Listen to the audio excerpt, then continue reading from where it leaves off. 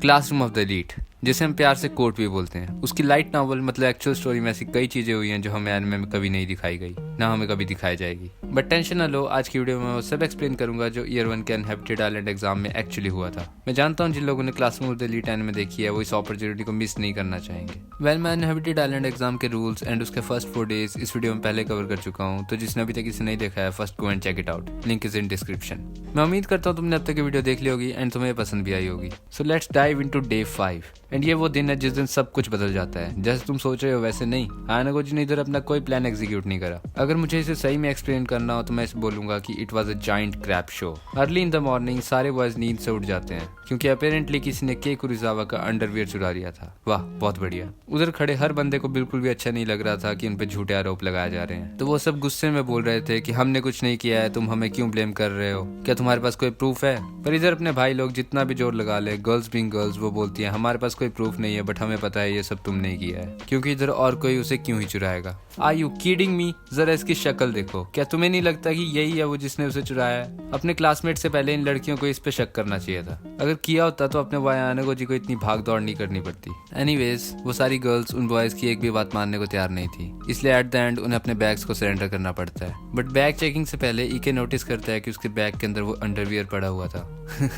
Nice one Ibuki, bro you are done for it. Ike Ayanokoji के पास जाता है and उससे पूछता है भाई अब मैं क्या करूं। But Ayanokoji is like don't look at me. इधर ईके की बुरी फटी होती है, वो अचानक से उस अंडरवियर को आयानागोजी को देख के वहां से निकल जाता है। But here Ayanokoji is like I hate this. पर ये बस एक बैग चेक ही तो है, वो मेरे को थोड़ी ना चेक करेंगे। और बैग चेक के बाद हर बंदे की स्पेशल चेकिंग भी होनी स्टार्ट हो जाती है। Where Ayanokoji is like oh crap, I am done for it. Hirata उसकी चेकिंग करनी स्टार्ट कर देता है एंड गेस व्हाट, हिराता इधर अपने भाई को छोड़ देता है। फिर उसके बाद जब आयानागोजी हिराता से अकेले में पूछता है कि तुमने मुझे क्यों छोड़ दिया, तो हिराता बोलता है मुझे पता है कि तुमने उसका अंडरवियर नहीं चुराया होगा, तुम इस तरह के इंसान नहीं हो, बट तुम्हें मेरी हेल्प करनी होगी इस कल्प्रिट को पकड़ने में। एंड हियर आर बॉय आयानागोजी को मोर देन इनफ रीजन मिल जाता है इस आइलैंड पे फ्रीली घूमने का। बट सारा पंगा भी खत्म थोड़ी ना हुआ था, गर्ल्स को अभी भी बॉयज पे शक है। वो हिराता को बोलती है कि तुम हमारी टेंट को बॉयज के टेंट से दूर लगाने में हमारी मदद करोगे, बट हिराता बोलता है मैं ये अकेले नहीं कर पाऊंगा। So they choose Ayanokoji Kiyotaka. Great, more work. इसे पढ़ते हुए मुझे अपने स्कूल डेज की फील आ रही थी जब हमें चेयर्स और टेबल्स को उठाने को बोला जाता था। एनीवेज, टेंट मूव करना कहीं ना कहीं आयानागोजी के फेवर में लाया कर जाता है, क्योंकि पता नहीं क्यों बट इब्यूकी आयानागोजी के पास आती है एंड इनडायरेक्टली उसे क्लास सी के सारे प्लान्स बता देती है। यू नो, इब्यूकी की एक बहुत बुरी आदत है कि जब भी वो झूठ बोलती है तो वो सीधे दूसरे पर्सन की आंखों में देखती है। एंड जब वो आयानागोजी को बता रही थी कि वो थीफ नहीं है तो वो एकदम स्ट्रेट आयानागोजी के आईज में देख रही थी, जिसने आयानागोजी के माइंड में कुछ अलार्म बेल्स को ट्रिगर किया। एंड देन उसके बाद पूरे दिन आयानागोजी ने उसके ऊपर नजर रखी और उसने देखा कि वो बार बार एक ही स्पॉट पे वापस जाए जा रही थी। एंड जब वो उधर गया तो उसने देखा कि उधर एक ट्रांसमीटर पड़ा हुआ था, जिसका मतलब रियून अभी भी कहीं ना कहीं इसी आइलैंड पे था। यू नो, जब होरिकिता एंड आयानागोजी क्लास सी के बेस को देखने गए थे तो आयानागोजी ने रियून के पास एक ट्रांसमीटर देख लिया था। आयानागोजी ने इसके साथ साथ होरिकिता के ऊपर भी पूरे दिन नजर रखी और एज एक्सपेक्टेड उसकी कंडीशन धीरे धीरे और ज्यादा खराब होनी शुरू हो गई। This is perfect, show time soon. Well, इतनी भागदौड़ के बाद भाई सोने चल जाता है and with this comes the ultimate show time, day 6। Ayanokoji खुद को वॉलंटियर करता है to help looking for food. वो अपने साथ होरिकिता, साकुरा, इब्यूकी एंड कुशिडा को लेके फॉरेस्ट में चल जाता है। And by the way there is also Yamauchi. हाँ वाई, तुमने अभी सुना नहीं? ग्रुप में 4 लड़कियां हैं, यामाउची जरूर आएगा। Anyways, time to start it. Ayanokoji Horikita को बोलता है क्या मैं क्लास लीडर वाले की कार्ड को जल्दी से देख सकता हूँ, मुझे एक छोटी सी चीज कंफर्म करनी है। Horikita is like okay no problem. पर जैसे ही आयानागोजी की कार्ड को पकड़ने लगता है वो उसे जानबूझ के नीचे गिरा देता है एंड मेक श्योर करता है कि इब्यूकी ने उसे नोटिस किया। देन उसके बाद आयानागोजी यामाउची के पास जाता है एंड उसे बोलता है क्या फनी नहीं होगा कि अगर हम ग्राउंड से बहुत सारा मड उठा के होरिकिता के सर पे रख दे। यामाउची इज लाइक नहीं, ये बहुत डरावना होगा, वो मुझे जिंदा मार देगी। And Ayanokoji is like don't worry, मैं तुम्हें साकुरा का ईमेल एड्रेस दूंगा। यामाउची बोलता है ओके लेट्स डू इट। वो होरिकिता के पास जाता है एंड वो नीचे से थोड़ा सा मड उठा के उसके सिर पे रख देता है। एंड हियर वी हैव मडकिता। जोक्स असाइड, वो उसे सही में मार देती है अगर आयानागोजी उसे गिरने से ना बचाता। होरिकिता शावर की लंबी लाइन को देख के डिसाइड करती है कि वो रिवर में इस मड को वॉश करेगी। एंड देन आयानागोजी मजे से अपने टेंट में जाके चिल करता है। Man, he is a dangerous one. Literally उसके प्लान इतने तगड़े होते हैं कि उससे कुछ करना ही नहीं पड़ता। वो पूरे समय अपनी स्कूल लाइफ मजे से एंजॉय करता है। फिर थोड़े टाइम बाद होरिकिता उसके पास आती है एंड वो बहुत डरी हुई लग रही थी। इसे देख के आयानागोजी समझ जाता है कि इट वर्कड। वो उसे बताती है कि क्लास लीडर वाला की कार्ड किसने चुरा लिया। Perfect, just according to our boys plan. अब जो आयानागोजी ने इब्यूकी के ऊपर उसके कैमरे को डिस्ट्रॉय करके प्रेशर डाला था वो काम में आना स्टार्ट होगा। एंड नाउ आयानागोजी सोच रहा होता है कि आज बहुत ठंड है, माहौल को थोड़ा गर्म करना पड़ेगा। वो चुपके से हिराता के बैग से आइटम बाय करने वाला ब्रोशर को को निकालता है एंड टेंट के साइड में जाके उसके ऊपर आग लगा देता है, जिससे बहुत बड़ा क्योस मच जाता है क्लास डी के बीच में। किसी को कुछ समझ नहीं आ रहा होता कि वो अब क्या करे। एंड इन सब में से सबसे बुरी हालत होती है हिराता की, जिसे देख के ऐसा लग रहा था कि किसी भी समय उसका मेंटल ब्रेकडाउन हो जाएगा। एंड इस क्योस के बीच में होरिकिता नोटिस करती है कि इबुकी उधर नहीं थी एंड सून आफ्टर वो भी फॉरेस्ट में निकल जाती है उसे ढूंढने के लिए। देन इस मूवमेंट को थोड़ा और स्पाइसियर बनाने के लिए ऑथर बारिश भी करवा देता है। आयानागोजी मजे से थोड़ी देर के लिए अपनी बनाई हुई सिचुएशन को देख के एंजॉय कर रहा होता है एंड फिर इबुकी और होरिकिता को फॉलो करने का डिसाइड करते हुए फॉरेस्ट में चले जाता है। और वो ऐसे कैसे करेगा? डिंग डिंग फुटप्रिंट्स, जो कि बारिश की वजह से वहां क्रिएट हुए थे। थोड़ी देर बाद डीप इन द फॉरेस्ट वो उसी स्पॉट पे पहुंच जाता है जहाँ पे इबुकी ने अपना ट्रांसमीटर छिपाया था। उधर वो एक फ्लैशलाइट देखता है एंड वो जल्दी से एक ट्री के पीछे छिप जाता है। इबुकी और होरिकिता में से किसी के पास भी कोई लाइट सोर्स नहीं होना चाहिए था, so it was clearly somebody else. And soon हमें पता लगता है कि it was rayon and कात्सुरागी।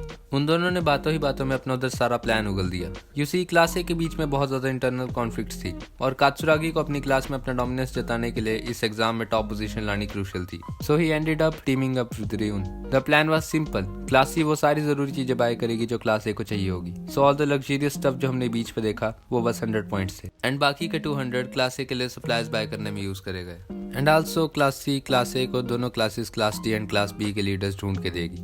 That's why आयानागोजी ने इबुकी के कैमरे को डिस्ट्रॉय करके उसे प्रेशर में डाल के उसे क्लास डी के लीडर का की कार्ड चुरा के इधर आने पे मजबूर किया। It was all part of his plan. भाई इस एनिमे का नाम Aizen got reincarnated as a human होना चाहिए था। थोड़ी देर बाद जब बोथ रियोन एंड कात्सुरागी उधर से चले जाते हैं तो आयानागोजी उधर जाता है एंड अपनी कोल्ड डेड आइज से होरिकिता को देखता है जो कि एक ट्री के पास अनकॉन्शियस पड़ी थी। वो होरिकिता को उठाता है एंड अपनी आइकॉनिक लाइन बोलता है, Horikita, I have never thought you as my friend, I have never cared about you as an classmate. In this world, winning is everything. Your methods don't matter. I don't care what I have to sacrifice. As long as I have my victory in the end, it will all be fine. You, Hirata, no, all the other pupils are nothing more than tools for me. I was complicit in what drove you to this. So don't blame yourself. Horikita, you were useful to me. Oof, enough to send chills down your goddamn spine, dude. And with that, आयानागोजी उसे ship के पास वापिस ले जाता है जहाँ पर teachers on duty खड़े थे। वो आयानागोजी से पूछते हैं इसे क्या हुआ and Ayanokoji is like, होरिकिता forest में बेहोश हो गई थी एंड इसे काफी फीवर भी है तो इसे रिटायर होना पड़ेगा। टीचर बोलती है ओके, बट फिर तुम्हारी क्लास के पास कोई लीडर नहीं होगा, क्या तुम किसी और को अपॉइंट करना चाहते हो? आयानागोजी इज लाइक, या मी।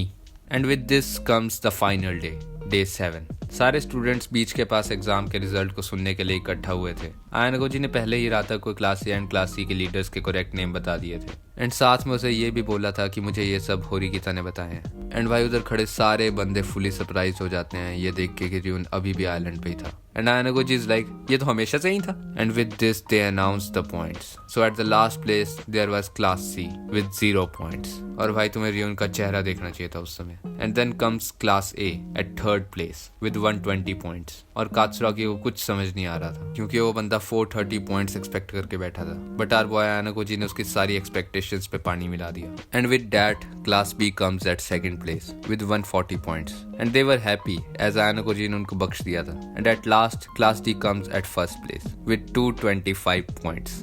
एनीवेज आयानागोजी ने इस एग्जाम में class A and class C की बुरी मारी, बट उसने सारी ग्लोरी होरिकिता को सौंप दी एज इस सारी अटेंशन से बचने के लिए। एग्जाम के बाद पूरी क्लास होरिकिता को घेर लेती है एंड थोड़े टाइम बाद जब वो उनके बीच से निकल के आती है तो वो आयानागोजी से पूछती है आखिर इधर अभी क्या हुआ। And Ayanokoji is like, okay I will tell you, बस तुम इसे अपने तक ही रखना। एंड विद दिस वो उसे सब एक्सप्लेन करने लग जाता है about both class A and class C's plans and कैसे उसे पता लगा कि रियोन अभी भी साइलेंट पे था और किस तरह उसने पूरे एग्जाम में उसका, इबुकी का एंड यामाउची का यूज किया।